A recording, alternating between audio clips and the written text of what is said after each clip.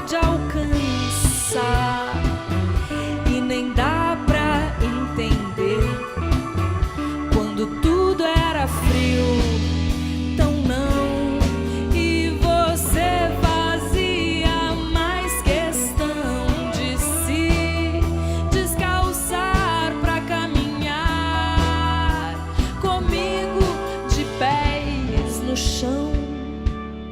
Aconteça o que acontecer,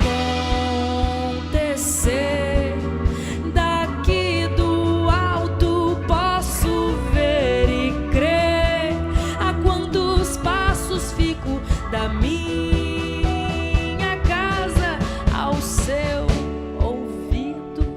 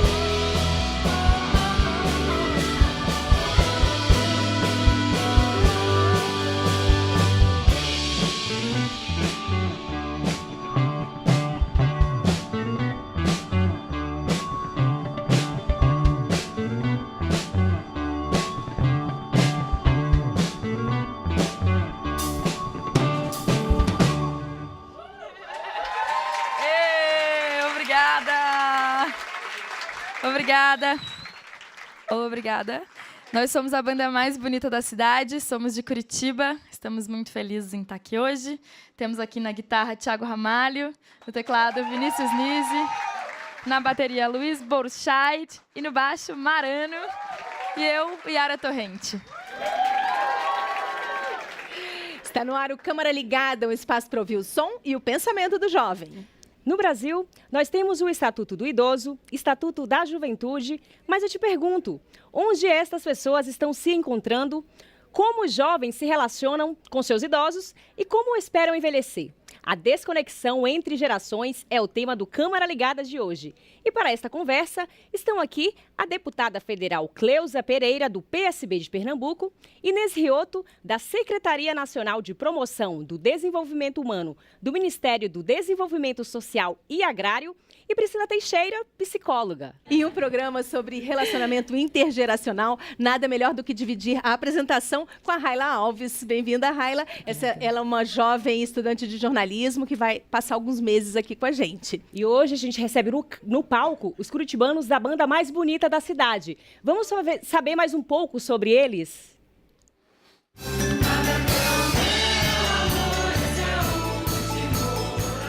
Composta por 5 integrantes e conhecida nacionalmente, a banda mais bonita da cidade nasceu em Curitiba, no ano de 2009, com a ideia de reinterpretar as músicas produzidas pelos amigos. Em 2011, o sucesso do grupo atravessou as fronteiras do Brasil, com a divulgação do vídeo Oração. O clipe já tem mais de 25 milhões de visualizações na internet.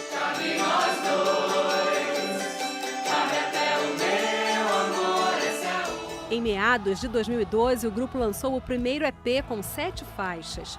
No ano seguinte, um novo disco chamado O Mais Feliz da Vida. Em 2016, lançou seu primeiro DVD ao vivo, que foi gravado de forma independente. Agora, os integrantes estão em turnê para divulgar o terceiro álbum, o De Cima do Muro, Eu Vi o Tempo. Eu só tenho olhos pra você. A página oficial do grupo no Facebook tem mais de 500 mil de curtidas e seguidores. E o canal de vídeos na internet ultrapassa a marca de 42 milhões de visualizações. Com quase 300 shows realizados e passagem por 7 países, a banda mais bonita da cidade se consolida cada vez mais como parte importante da música brasileira.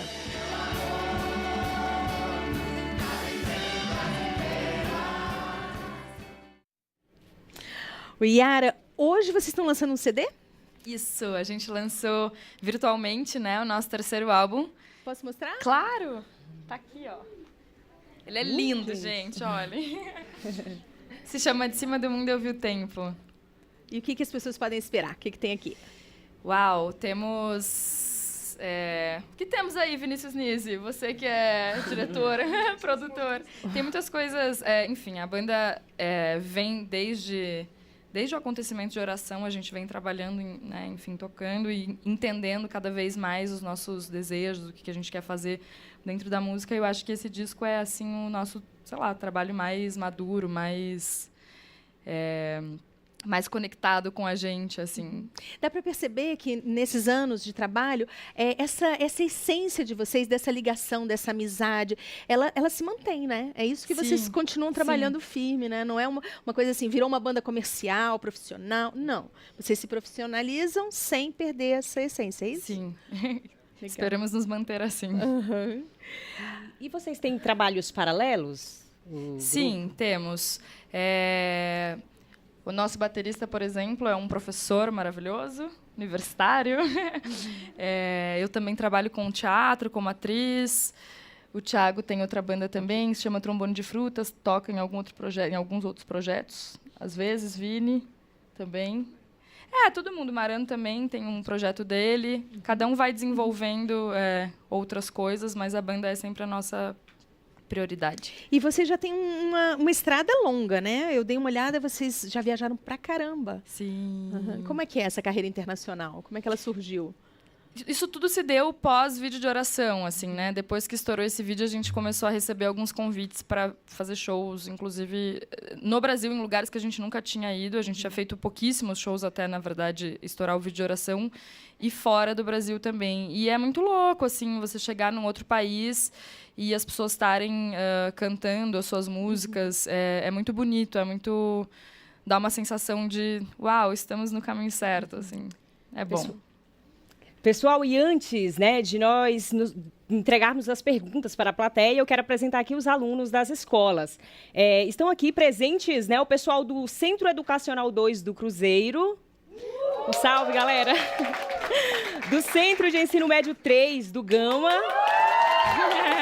Do Centro de São Sebastião. E a galera do Projeto Jovem de Expressão. Então, quem tem pergunta aqui, gente? Pode perguntar. Olá, meu nome é Maria Clara e eu gostaria de saber como começou a banda. A banda começou em 2009. Eu estava me formando em artes cênicas e já era bem amiga do Vini. Eu era do teatro, o Vini era da música.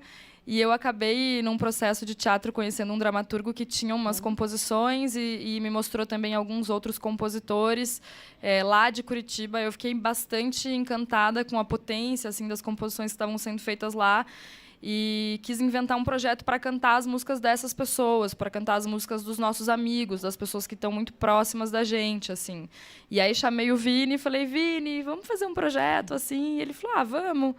E aí precisava de um nome, a gente não sabia que nome dar. E, enfim, acabamos chegando na banda mais bonita da cidade. Alguém tem mais perguntas, gente? Tá, okay. Olá, eu sou a Rebeca. Oi, Rebeca. Eu gosto muito de vocês, aquela música, sabe, até o meu amor... Desculpa, eu tô nervosa. Tudo bem? Sabe até o meu amor. E me conquistou muito essa música. Que bom. E eu vejo que vocês são muito humildes. E eu gostaria muito de perguntar, vocês mudaram desde que vocês eram antes, em 2009, quando vocês eram universitários e tal? Vocês mudaram depois que vocês tiveram fama? Eu acho que a gente aprendeu muito. E aprendizados transformam. Então, acho que a gente se transformou muito. Antes a gente não viajava muito com a banda e de repente a gente começa a ter, imagine, a gente começa a ter um fluxo de shows bastante grande, começa a conhecer muitos lugares e começa a entrar em contato com uma rotina que tem um lado delicioso, mas que também tem um lado difícil, de correria, de não dormir às vezes, e essas coisas todas nos fazem amadurecer muito como pessoas e como artistas, assim. Então acho que todo mundo naturalmente se transforma ao longo do tempo. Então acho que a gente teve uma transformação nesse sentido. Oi, meu nome é Késia e eu queria fazer uma pergunta para a Yara. Queria saber qual é a relação dela com o feminismo e com essa coisa de ser uma única mulher na banda e essas coisas. Nossa, isso é um assunto muito, muito, muito presente. Durante muito tempo foi bastante confusa para mim essa relação de ser a única mulher à frente de uma banda e estar diante de um público, e eu tinha bastante medo de me posicionar. Porque cada vez, quando a gente tem um público relativamente grande, tipo em redes sociais, em coisas assim, cada vez que você se posiciona, a possibilidade de você ser completamente agredida é bastante grande. Então, eu entendi uma coisa muito bonita, que eu precisava me empoderar e compreender o meu lugar para conseguir, assim, entender que eu estou à frente de uma banda e que eu sou uma menina, uma mulher, e que eu tenho voz para falar com uma série de garotas e que eu posso, de alguma maneira, transformar a vida dessas garotas. Seja dizendo para elas, tipo, meu, esse corpo é seu, você usa a roupa que você quiser, não é não. Coisas muito simples, coisas muito simples. Então, eu acho que é sim uma bandeira que eu levanto, é a minha bandeira hoje, e para eu chegar nessa bandeira, eu precisei me compreender dentro dela. Então, eu precisei me empoderar para conseguir ter coragem de tentar empoderar outras pessoas. É isso.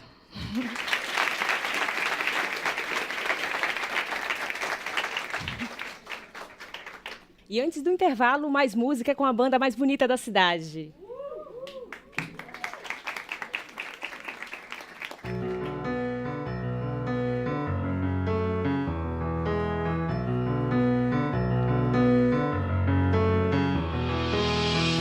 Diga que eu amo a mim mais do que amo você, meu bem. Mas de fato as paixões são pra si mesmas, não são pra mais ninguém. O que não quer dizer, porém, que sozinha eu possa ser feliz. Pois então decore esse texto sob o pretexto de não parecer uma atriz. Na verdade eu acho que eu amo você melhor que você mesma. E eu fumo um cigarro, eu bato um carro, espero que você veja que eu não posso viver sob a mira eterna desses dois olhos frios. Olha o tempo passando e a gente parado, fazendo cena pro público rir.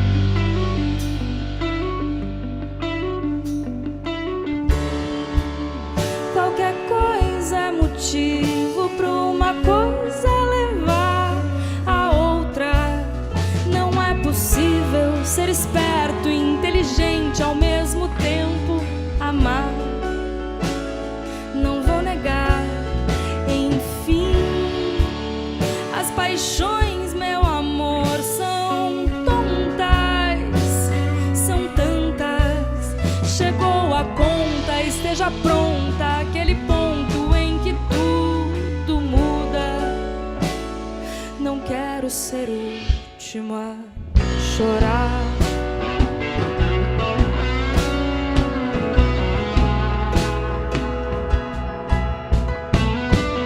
Não me diga que eu amo a mim mais do que amo você, meu bem. Mas de fato as paixões são pra si mesmas, não são pra mais ninguém. O que não quer dizer, porém, que sozinha eu possa ser feliz. Pois então decore esse texto sob o pretexto de não parecer uma atriz. Na verdade eu acho que eu amo você melhor que você mesma. E eu fumo um cigarro, eu bato um carro, espero que você veja que eu não posso viver sob a mira eterna desses dois olhos frios. Olha o tempo passando e a gente parado, fazendo cena pro público rir.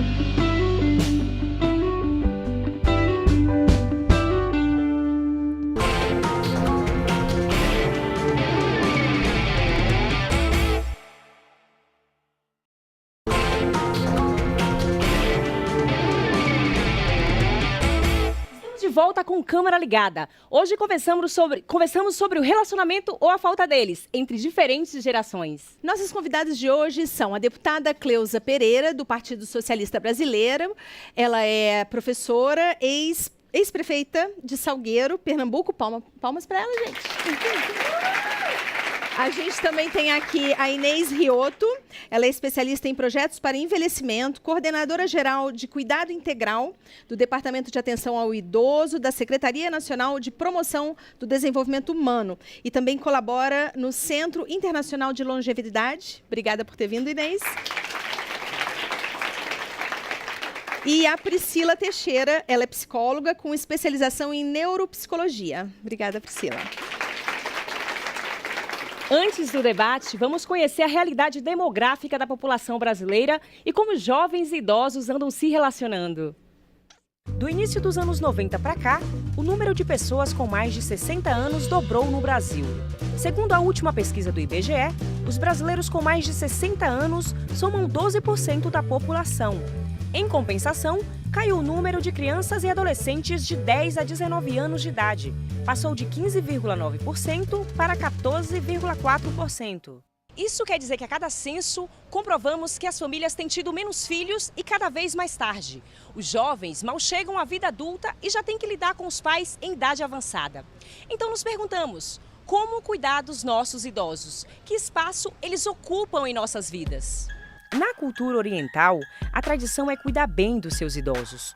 Os japoneses, por exemplo, consultam seus anciões antes de qualquer grande decisão por considerarem seus conselhos sábios e experientes.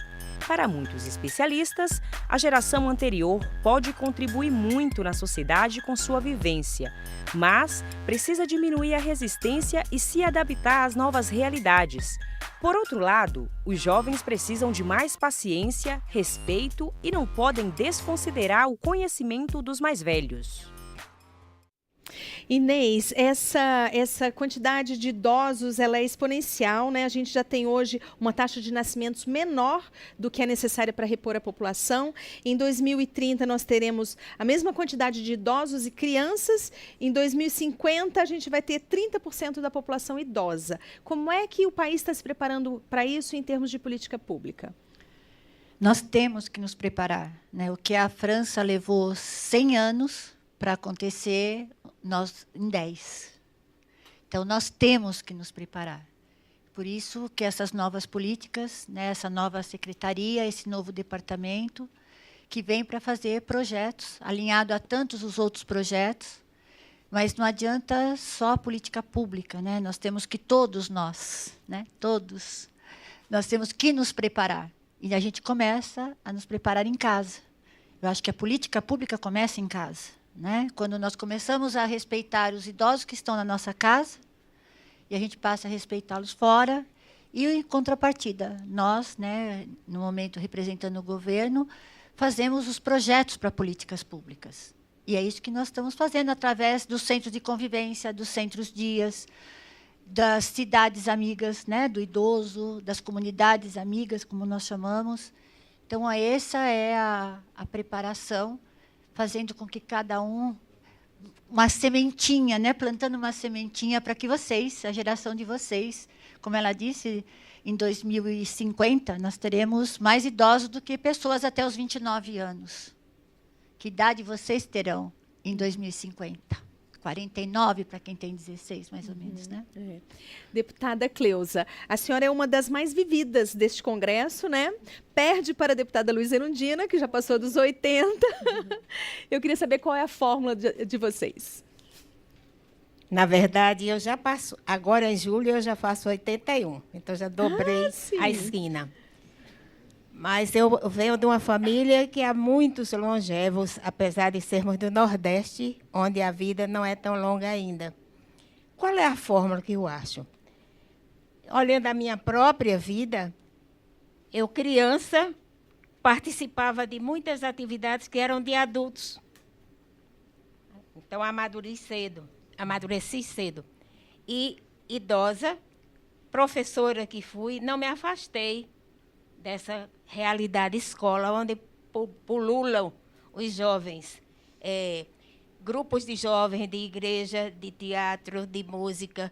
Eu sempre estive por lá, como uma espécie de irmã mais velha, não me escandalizando com o que eles fazem, mas, ao mesmo tempo, não dando o tom da permissividade a tudo. Nem tanto ao céu, nem tanto ao inferno. Tá certo. Priscila, você faz um trabalho voluntário em asilo já há algum tempo, né? Qual é a realidade que você encontra nesses lugares? Certo. A realidade, na verdade, difere para cada instituição, né, de longa permanência. Então, as instituições que eu faço trabalho voluntário, a gente encontra de tudo. Então, encontra um cuidado diferenciado, mas você também encontra muito abandono, né? Então, essa questão, os idosos têm, essa população idosa, ela tem crescido muito, e eu não sei se a nossa população está preparada para isso, né? Então, muitas vezes, a gente percebe que os idosos eles estão ficando sem cuidados, as instituições elas estão aí para fornecer, né, um pouco desse auxílio, mas a participação da família ela é muito importante também, né? Então, não somente deixar o idoso ali, mas também acompanhar, estar presente também, né? Então, a gente entende que cada realidade é uma realidade. E a presença da instituição, muitas vezes, ela vem para ajudar, mas muitas vezes ela vem também para trazer um distanciamento, né? Certo. Okay. Vamos ver, né, as participações que tem nas redes sociais. Wilke, mas antes de começar essas perguntas, qual a relação que você tem com as pessoas da sua família, né, os seus avós, e como você espera envelhecer? Bom, eu cresci com a minha avó e meu avô, então, assim, eu posso dizer que é um processo que a gente aprende, né, a criar uma paciência, uma relação e, assim, tem essas situações que a gente não espera, assim, de começo. Por exemplo, teve uma vez que minha avó ficou muito doente, né, foi recente isso, e eu tive que virar enfermeiro dela total, assim, do nada. Eu não sabia como ser um enfermeiro, mas eu tive que estar ali. Então, assim, eu acho que é bem desafiador essa relação, a gente vai aprendendo. E sobre envelhecer, eu confesso que eu, assim como muita gente da minha idade, não penso muito nisso. Não, a gente pensa que a gente é imortal, a gente pensa que... Gente, é sério, todo mundo pensa isso. Ninguém pensa o que vai acontecer quando você ficar velhinho. Você pensa assim, não, quando tiver velhinho, tá, ok. Vou fazer tudo agora e eu sou imortal agora. E aí, tem pergunta para os nossos convidados? Sim, eu queria perguntar para a Inês, do Jeff, ele é daqui de Brasília. Ele fala assim, a saúde está um caos, a previdência também. O que a gente pode esperar do envelhecer bem? O envelhecimento, a gente chama de envelhecimento ativo. Claro que a gente espera que a saúde, que a assistência, que todo o sistema, né, melhore, não tenha dúvida. Mas o que a gente tem que começar a fazer um pouco que nós comecemos. Porque se a gente faz a prevenção, então tudo começa na prevenção. O que é a prevenção? É fazer uma atividade física. Eu sou de São Paulo, Santo André, e estou em Brasília faz 60 dias, tá? Sou bem novinha. Então, eu não sei, mas aqui vocês devem ter aquelas academias ao ar livre. Temos bastante. Tem, então. Essa é uma maneira. Isso é uma coisa que foi feita por política pública, mas que tem acesso a todos, não só aos jovens, ao idoso, porque quando a gente usa essas academias, a gente chega no nosso limite, né? Você sentiu uma dorzinha, você para. Então, para todos serve. Então, eu acho que o que esperar do envelhecimento, primeiro, que nós estamos aprendendo com o tempo a nos cuidar melhor, e há sempre tempo. Se eu nunca fiz uma atividade física, não é o meu caso, porque a minha primeira formação é professora de educação física, mas quem nunca fez pode começar aos 50, aos 60, aos 70, 80. Para o quê? Porque quando você for chegar à saúde pública, né, você já vai estar melhor do que se estava antes. E, enquanto isso, a gente espera que a saúde vá se melhorando, que esses aparatos para aqueles idosos que precisam mais possam estar sendo criados cada vez mais, como eu disse, os centros-dias, os centros de convivência que levam atividade para os idosos. Temos mais perguntas. Matheus, eu gostaria de perguntar para a psicóloga. Eu convivo também com meus avós. Eu gostaria de saber se uma falta de paciência, uma certa ignorância é normal entre os avós, porque às vezes... E os professores também, tem certos professores idosos, um também se encontra ali na plateia.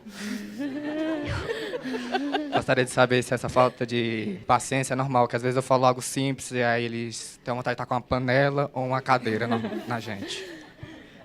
Bem, acho que a falta de paciência é para todos também, né? Então, tem certos... Acho que, principalmente para sua professora, né, é muito difícil você lidar com tantos alunos ao mesmo tempo, mas acho que, sim, um pouco com o passar dos anos, né, a gente se torna um pouco mais impaciente com certas atitudes, né? Então, acho que isso pode acabar sendo um pouco mais comum, mas acho que também tem muita impaciência da nossa parte em relação a eles também. Né? Então, a gente se torna mais intolerante também. Nós, jovens, nos tornamos mais intolerantes para certas atitudes dos idosos também. E eu acho que a gente tem que também ter um outro olhar, ter um pouco mais de cuidado e de paciência, assim como ele com a gente. Né? Então, mas a gente também tentar entender o lado dele. Né? Então, acho que é um pouco dos dois lados. Acho, não sei se eu respondi essa pergunta. Próxima pergunta? A gente tem mais pergunta. Pode. Meu nome é Pedro Lemos. Só um minutinho, Pedro. Pode falar, deputada. Essa aqui não ligou, Eu queria dar um depoimento para vocês, porque é um exemplo de jovens que eu vivi. Eu não era jovem, não, eu já era a condutora da história. Em Salgueiro existe uma entidade que vem do século XIX. E ela não sofreu interrupção todo esse tempo. É uma sociedade formada pelos vicentinos. Não sei se vocês já ouviram falar nessa sociedade, que foi criada na França exatamente por um jovem. Um tempo difícil da França, muita gente sofrendo frio, fome, etc. E Ozanam reuniu os companheiros e criou essa entidade. Salgueiro tem essa entidade, como eu disse, desde o século XIX. Aí, pela altura dos anos 70 do século XX, essa associação passou por problemas sérios. Estava para fechar, as pessoas que conduziam estavam velhas, cansadas, sem estímulo para continuar conduzindo aquela casa. E um deles, muito meu amigo, virava para mim e dizia: Creuza, toma conta do Lar São Vicente. Eu dizia: mas vocês só podem olhar para mim? Vamos dividir isso, vamos discutir quem é que deve tomar conta, como é que se faz. E eu conhecia 3 jovens que tinham uma boa formação vicentina adquirida fora de Salgueiro, no Crato, no Ceará. Chamei esses meninos: olha, a Casa São Vicente está para fechar. O que é que a gente pode fazer? Vocês têm responsabilidade de refletir sobre isso. E eles refletiram e formaram um grupo de jovens, e então se juntaram aos idosos que estavam tendo ânimo caído, e foram ajudando enquanto eles estavam vendo, adquirindo a espiritualidade vicentina e sustentaram essa casa. Com o tempo, eles aumentaram a casa, adequaram a acessibilidade, tudo isso. Hoje é um exemplo de acolhimento em Salgueiro. E lá os idosos têm direitos, reconhecem que são pessoas que podem reivindicar. Uma delas escreveu recentemente uma carta para o Papa, dizendo das queixas que tinha. E o Papa respondeu. Então, já está, não mais na geração daqueles jovens que assumiram o bastão para continuar a história. Já são os filhos deles que estão lá dentro também. Então, é isso. A força da juventude, a interação, o diálogo resolve muita coisa. Meu nome é Pedro Lemos e é uma pergunta para a deputada. Deputada, a propósito, você nasceu como Cleusa e seu nome parlamentar é Creuza, é isso mesmo? É isso mesmo. Eu sou batizada Creuza. Só aos 10 anos eu precisei de tirar uma cópia de minha certidão. Fui para o cartório e não encontrava a Creuza. E eu, a essa altura, já era conhecida, enxerida assim como eu sou. Já era conhecida como Creuza na cidade toda. Então, cheguei no cartório e disse: me dá esses livros aí para eu procurar. E ele me deu o livro, o rapaz do cartório, e eu saí procurando. Não aparecia a Creuza. Depois procurei Neuza, Elza, tudo que parecesse com Creuza. Aí encontrei uma Cleusa. Eu achei um nome difícil, diferente, não pegava muito em mim. Mas eu olhei quem era o pai da Creuza. Da Cleusa. Era o mesmo da Creuza, a mãe. Quando ela nasceu, 10 de julho de 1936. Ah, sou eu, pronto, é essa daqui. pedi a meu pai para a gente fazer a correção, o agendamento lá no cartório para mudar. Ele disse, não, está muito bom, meu nome é Celestino e tua mãe Laurinda, vai ficar assim mesmo. Mas se vocês chegarem em Salgueiro e procurarem Cleusa, vocês não vão achar, não. Procurem Cleusa. Tá bom, a pergunta é, na sua experiência, os debates e conferências, eles realmente vão para a prática, sai da conversa e coloca os direitos que já são previstos por leis na prática, que os idosos de fato sejam beneficiados? Eles só ficam em conversas ou eles põem em prática depois dessas conferências e debates? É para mim? Uhum. Sim. Tá bom. Muita coisa fica na conversa, mas alguma coisa anda e se a comunidade se reunir e cobrar, elas vão à frente. Há muitas vitórias que a gente conta já, como os centros de convivência, que são maravilhosos. Vocês já pensaram o que é os idosos se reunirem assim, um dia na semana para dançar, para compor músicas? Muito interessante, para trocar ideias sobre as habilidades que eles têm. Então, perfeito. É uma questão de organização da comunidade, a comunidade entender que nem tudo é o governo que faz. Nós somos responsáveis por levar adiante esses ideais. E a companheira pediu para completar. Eu quero completar. Seu nome, desculpa? Pedro. Pedro. Claro que a gente sabe, se você for ver o número de leis que são propostas, isso, com certeza a deputada pode dizer mais do que eu. Mas o que eu quero dizer assim, foi através dessas leis, através dessas discussões, que nós temos o Estatuto do Idoso. O Estatuto do Idoso nada mais é do que se pegou todas as leis que tinham, que falavam sobre o idoso, desde a Constituição, porque na nossa Constituição, no artigo 229 e 230, já fala que o dever de cuidado, né, você cuida, o dever é da família, da sociedade e do governo. Então, foram compiladas todas essas leis, colocadas, e foi chamado Estatuto do Idoso. Você vai me perguntar, ele é todinho, ele é... Na prática, ele é aplicado? Não, ainda não. Mas se nós sabemos que ele existe, e aí cada um de nós é importante para poder repassar esse conhecimento, porque não adianta eu pegar o estatuto e entregar na mão de um idoso só. A gente fala tanto em empoderamento, né?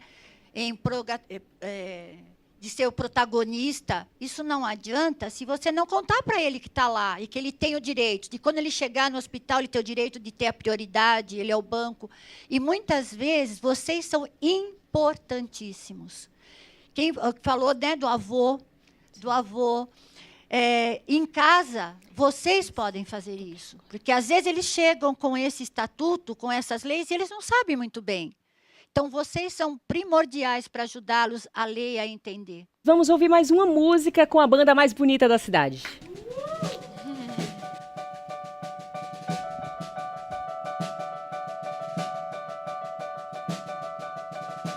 Olha aqui, olha, eu quero te guardar num pacote grande. Te ter onde eu vou, onde eu vou, nunca veio aqui, então eu quero te levar de cartão postal.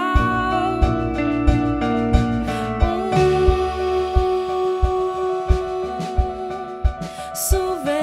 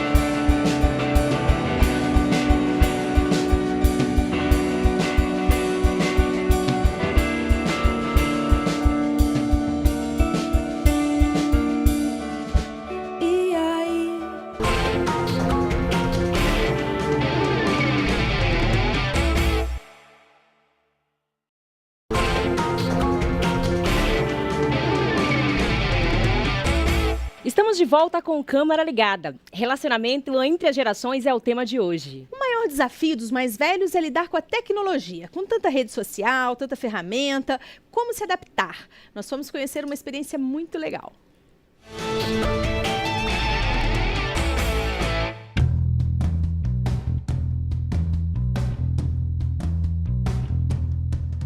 Gente, essa daqui é a Paula Peleja. Ela tem um projeto chamado Vovó Hightech, que ensina pessoas da terceira idade a usar tablet, celular, computador, notebook. Paula, conta pra gente como é que funciona esse projeto. Então, o projeto funciona da seguinte forma: o aluno entra em contato comigo, a gente agenda uma primeira aula. Na primeira aula, a gente faz um diagnóstico para entender como que o idoso lida com a tecnologia. Certo. E como é que começou esse projeto? Esse projeto começou com a minha avó, né, uma demanda da minha avó, que ao visitá-la, ela me perguntava: Paulinha, como que mexe nisso? Como que entra no aplicativo do banco? E aí eu comecei a ensinar ela a anotar o passo a passo e vi que isso poderia se tornar uma empresa, né, um projeto para ajudar também outros idosos. Já teve de tudo, já teve aluno meu com esposa ciumenta, alunos que me pediram para aprender a mexer no Happn, no Tinder, né, que são aplicativos de namoro, né, para conhecer pessoas. Teve de tudo já. Certo, então vamos conhecer como é que funciona esse projeto de pertinho.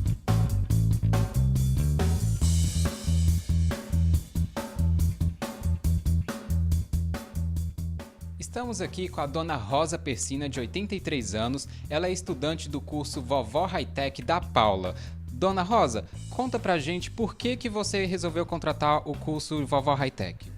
Porque eu estava fora do mundo. Hoje em dia, sem tecnologia, você não faz nada, não vai nem no supermercado mais. Quanto mais eu aprendo, eu descubro o que eu tenho muito mais para aprender, porque a tecnologia muda a cada, nem diria 24 horas, muda a cada minuto. Quando eu acabo de aprender, decorei a tela toda, já sei o botão que aperta, o botão some, o que está embaixo passa em cima e você fica desorientada. Paula, agora conta pra gente qual é a sensação de ensinar a terceira idade a usar a tecnologia. É gratificante. Assim, você vê que eles se tornam independentes quando antes eram totalmente dependentes dos netos, do pessoal que trabalha na casa. E eles conseguem fazer sozinhos, isso assim, andar como uma criança andando, quando ela aprende a andar sozinha. Agora vamos conhecer de perto como é que são essas aulas?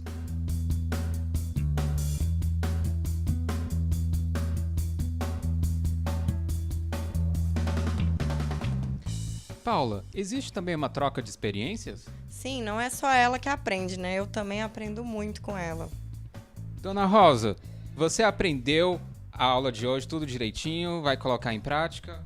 Vou, e o que não der certo, eu aguardo para a próxima aula, ou então, se for muito urgente, o telefone dizendo não deu certo. Viu só? Essa é a prova de que a troca de experiências entre gerações é importante para a sociedade. A Paula veio até aqui. Paula, conta pra gente, passado assim, porque a tecnologia é muito intuitiva, né? E as crianças, os jovens, eles já vão pegando isso muito rápido. Passado esse momento inicial, então, a coisa desenvolve? Então, é todo um processo, né? Tem idosos que têm medo de chegar, pegar o telefone, não sabe nem, assim, o botão, qual que liga, né? Eu tive até uma experiência essa semana que um aluno meu, ele ganhou um telefone novo, e aí ele falou assim, olha, eu não quero deixar meu telefone antigo, esse daqui eu não sei nem apertar o botão. Então, assim, é todo um trabalho também de autoestima que você faz com o idoso, para ele perceber que aquele aparelho, que aquela tecnologia, ela não é um bicho de 7 cabeças. Então, assim, é um trabalho contínuo e é muito mais do que só eu estar ali ensinando, né? É uma troca de experiências que a gente faz com a terceira idade. Obrigada por ter vindo, tá?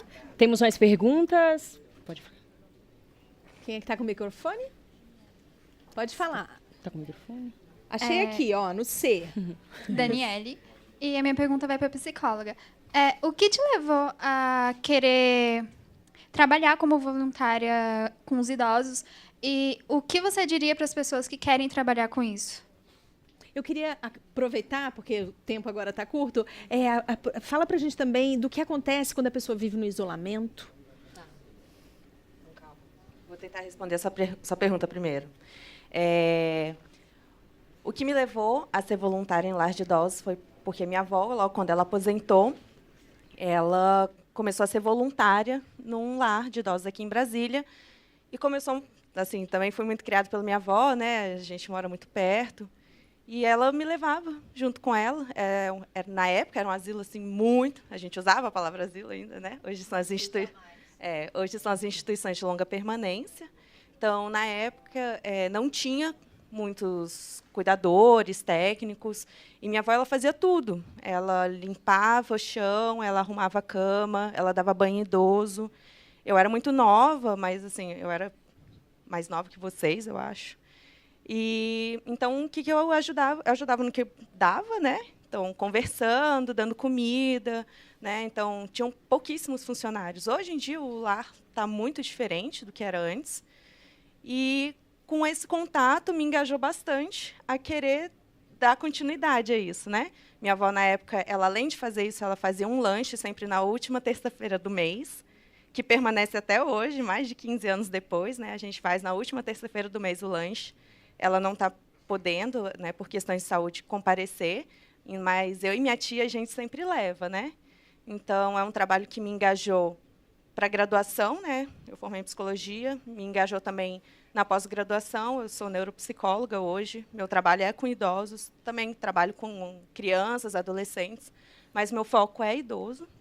E respondendo a sua pergunta, Evelyn, essa questão do isolamento, né? O que isso faz no cérebro da pessoa, na saúde dela? Bem, essa questão do isolamento ela já pode, né, trazer alguns certos comprometimentos também, seja de humor, né, essa questão da depressão pode também entrar uma característica depressiva, mas também um declínio cognitivo também, né? Então eu vejo assim, a partir do momento que as pessoas elas se aposentam e elas não têm um plano para pós-aposentadoria, o que elas vão fazer? Muitas pessoas ficam em casa, não fazem nada, né? Ficam o dia inteiro na frente da televisão, e isso realmente vai tendo um prejuízo, né, para ela.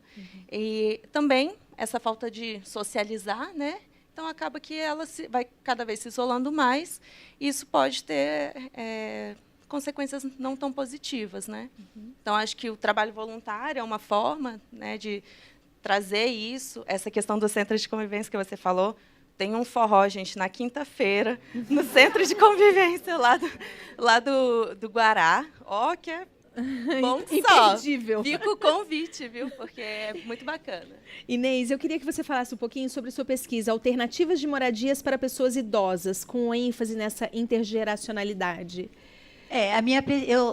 O meu foco foi essa pesquisa, e principalmente porque nós estamos vendo que se volta, ela acabou de falar da questão do isolamento, né, e todas as pessoas, mas o idoso mais, se ele se isola, ele entra em depressão e é um quadro muito pior.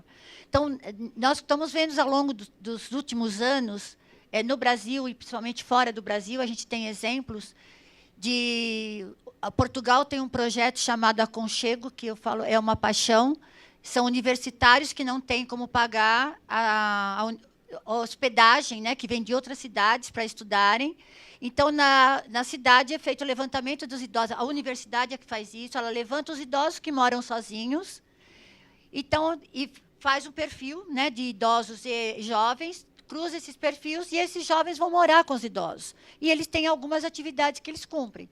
Então, um idoso que gosta de... Um jovem que gosta de cozinhar, por exemplo, que ele chega à tarde, ele faz o jantar para o idoso. Você não corre o risco, né, dessa questão do idoso cozinhar e correr o risco do gás, ficar ligado, essa parte. E, em contrapartida, ajuda o jovem que tem o seu lugar para morar seguro, a família fica tranquila, né, e ele tem. Então, em vários lugares, várias cidades de Portugal existe, não só lá. Nos Estados Unidos,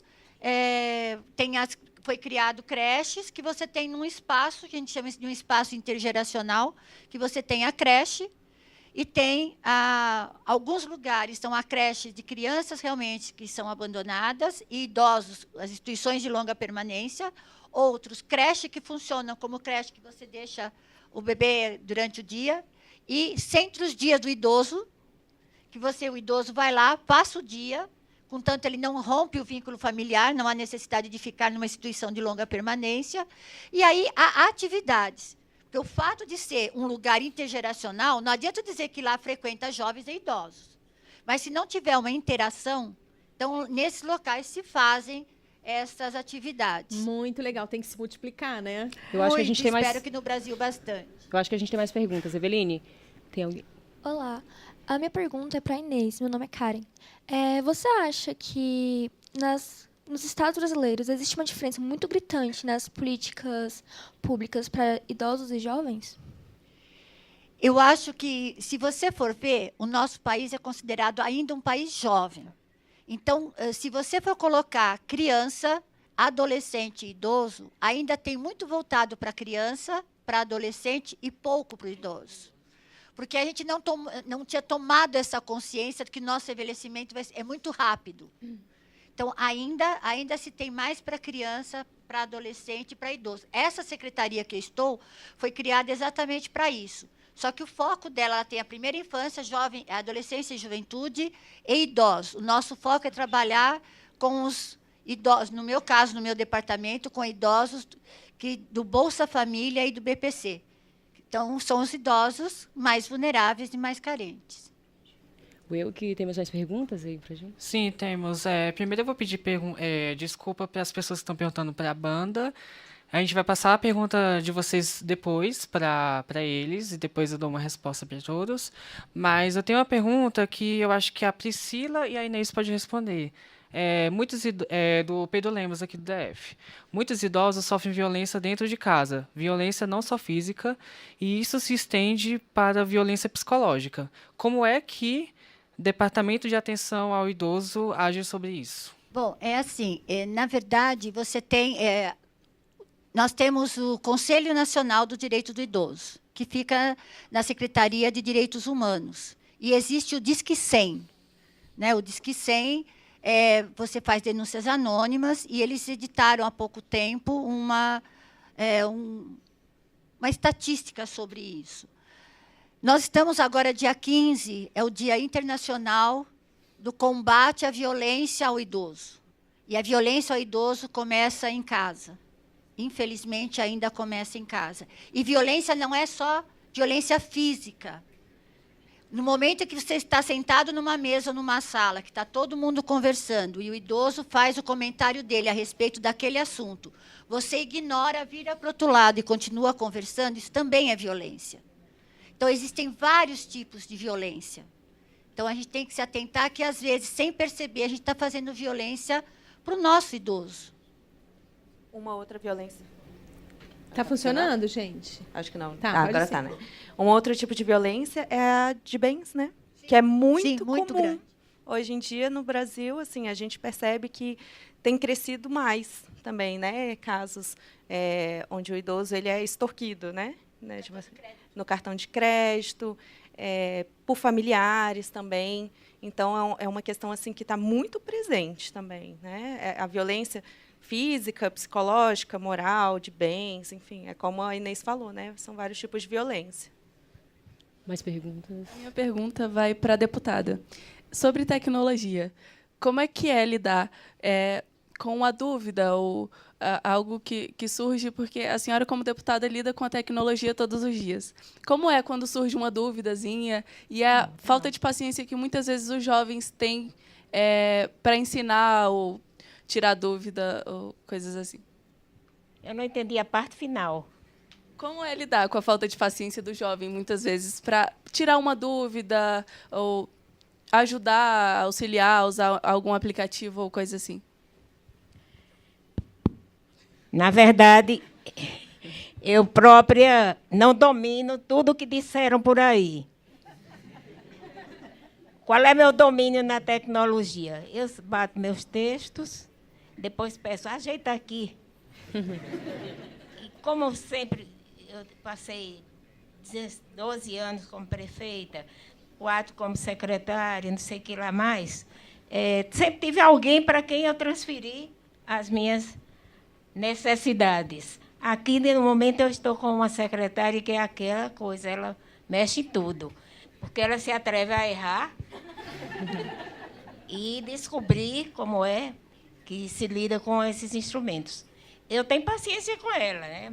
Mas, na verdade, eu precisaria aprender, só que eu não estou tendo tempo de aprender. Como não estou tendo tempo de praticar exercício físico, ela fica brigando comigo. Mas vamos devagar, vencendo. Paciência foi uma virtude que eu me acostumei a praticar, porque eu lidei com vários idosos, meu pai, minha avó, todo esse pessoal. Então, eu lido com paciência e gosto de perguntar, você fez assim por quê? Como é que faz? Eu vou repetir, eu vou anotar. É assim que a gente lida com essa questão. Obrigada, deputada. Nosso tempo está encerrado. Você que gostou do tema e quer se aproximar mais dos seus avós e pessoas queridas, aí vai algumas dicas. Ligue ou mande mensagem sempre. Conte o que você faz. Escute as histórias que os mais velhos têm para contar.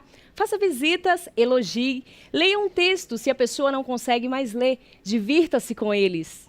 E nós terminamos aqui, mas você pode continuar ligado na gente no camaraligada.com.br. Também estamos em todas as redes sociais, menos no Tinder, Facebook, Twitter, Instagram. Eu agradeço o apoio dos nossos parceiros, o Sesc DF, ANDI, Unesco, UNFPA, Simpro, Unicef, Jovens de Expressão. Muito obrigada por esse apoio todo. E agora eu agradeço também a vocês, Inês, deputada, Cleusa, Priscila. Obrigada a todos que vieram até aqui, nossa equipe técnica e esses jovens maravilhosos da plateia. Muito obrigada.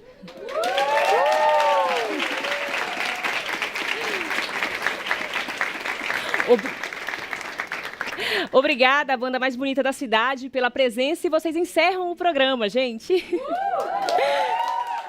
Obrigada a vocês pelo convite. Obrigada. Lindas todas. Vamos juntos.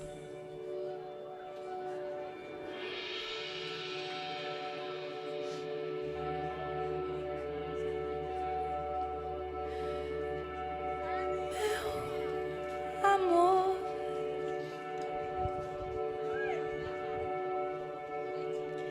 essa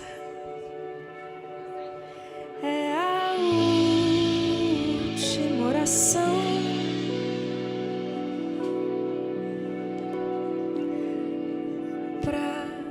Salvar seu coração.